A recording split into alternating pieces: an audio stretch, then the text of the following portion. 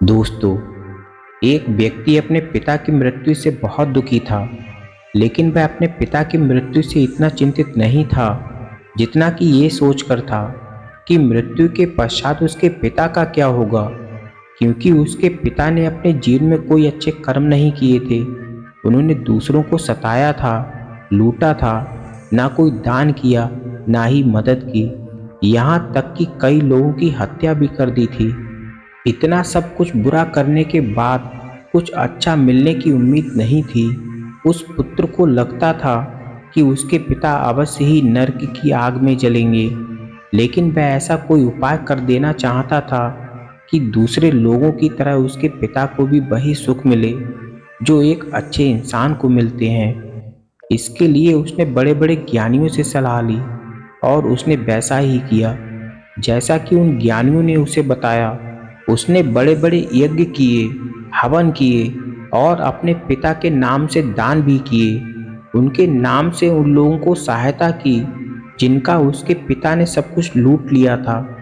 जब वह ज्ञानियों द्वारा बताए गए सारे कर्म कर चुका, तब उसने उन ज्ञानियों से पूछा कि महाराज, मुझे ये कैसे पता चलेगा कि मेरे पिता अब सुख से हैं। ज्ञानियों ने कहा कि शीघ्र ही तुम्हारे पिता सपने में तुम्हें दर्शन देंगे और खुद बताएंगे कि वे कितने मज़े में हैं। कुछ दिन बाद उस व्यक्ति को अपने पिता का सपना आया। उसने देखा कि उसके पिता रो रहे हैं, चिल्ला रहे हैं और अपने द्वारा किए गए कर्मों को लेकर पछता रहे हैं। वह अपने पुत्र से कह रहे हैं, मैंने जो किया है मैं उसे भुगत रहा हूँ, तुम ऐसा कुछ मत करना। उसने देखा कि उसके पिता नर्क की आग में जल रहे हैं। ना कोई उन्हें देखने वाला है और ना ही कोई सुनने वाला। ऐसा सपना देखकर वह चौंक गया और भागकर ज्ञानियों के पास जाकर अपने सपने के बारे में बताया। ज्ञानियों ने कहा, अवश्य ही तुम्हारे द्वारा की गई विधियों से कोई कमी रह गई है। तुमने पूरे मन से प्रार्थनाएं नहीं की, इसलिए ऐसा हुआ। तुम्हें दोबारा से उन सभी विधियों को दोहराना होगा, फिर से सारे काम करने होंगे। व्यक्ति ने कहा, लेकिन मैंने तो सारे काम, सारी विधियां पूरे मन से की थीं। मैंने तो बिल्कुल वैसा ही किया जैसा कि आपने कहा था। कोई कसर मैंने अपनी तरफ से नहीं छोड़ी। ज्ञानियों ने कहा, अगर तुम हमसे बहस करोगे तो तुम्हारे पिता को और अधिक कष्ट होगा। वह व्यक्ति और भी ज़्यादा निराश हो गया। वह वापस अपने घर की ओर जा ही रहा था और सोच रहा था कि ऐसे किस व्यक्ति से मिला जाए जो सही समाधान दे सके, ताकि उसके पिता को उसके द्वारा किए गए कर्मों की सजा ना भुगतनी पड़े। रास्ते में उसकी नज़र भगवान बुद्ध पर पड़ी। बुद्ध अपने भिक्षुओं के साथ नगर में भिक्षाटन के लिए आए हुए थे। उस व्यक्ति ने अपने मन में सोचा, सुना है बुद्ध ने सत्य को प्राप्त कर लिया है, इसीलिए उन्हें सारे सत्य पता होंगे। उन्हें ये भी पता होगा कि मृत्यु के पश्चात वह अपने पिता की मदद कैसे करे। ये सब सोचकर वह बुद्ध के समीप गया और हाथ जोड़कर भगवान बुद्ध से कहा कि भगवान, सुना है कि आपने परम सत्य को पा लिया है। आप सब जानते हैं, मुझे आपसे एक सहायता चाहिए। भगवान बुद्ध मुस्कुराए और कहा, अवश्य कहो कि क्या सहायता चाहिए। व्यक्ति ने कहा, मेरे पिता एक बुरे व्यक्ति थे। उन्होंने बहुत बुरे कर्म किए। उन्होंने हत्याएं भी की, लोगों को सताया। उनके कर्म अच्छे नहीं थे। 15 दिन पूर्व वह मृत्यु को प्राप्त हो गए। वह मेरे सपने में आते हैं और मैं देखता हूँ कि वे नरक में जल रहे हैं। मैंने कई ज्ञानियों से सलाह ली और उन्होंने जैसा कहा मैंने वैसा ही किया। उन सभी नीतियों को, विधियों को पूरा किया।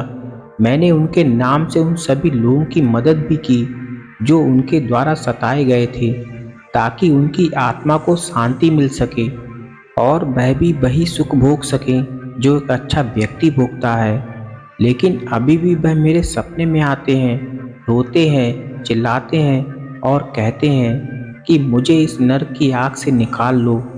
हे भगवान, अब आप ही मुझे बताइए कि इतना सब कुछ करने के बाद भी उनके पुण्य क्यों नहीं बढ़ रहे। मैंने उन सभी लोगों की मदद भी की जिन्हें उन्होंने सताया था और उन्होंने उनके लिए प्रार्थनाएं भी की थीं, फिर भी कुछ नहीं हो रहा। बुद्ध ने कहा, जो तुम कर रहे हो वह तुम्हारा कर्म है। जिन लोगों की मदद तूने अपने पिता के नाम से की है, उनके मन में धन्यवाद का भाव तुम्हारे लिए है, ना कि तुम्हारे पिता के लिए। जो भी अच्छे कर्म तुम कर रहे हो उसका फल तुम्हें ही मिलेगा, तुम्हारे पिता को नहीं।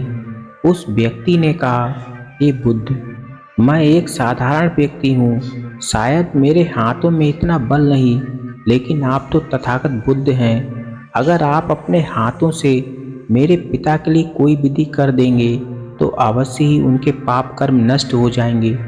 भगवान बुद्ध ने कहा, हमारा कर्म हमारा पीछा नहीं छोड़ते। जब हम जीवित होते हैं तब तक हम अपने कर्मों को बदल सकते हैं, उन्हें सुधार सकते हैं, लेकिन मृत्यु के पश्चात कुछ नहीं कर सकते।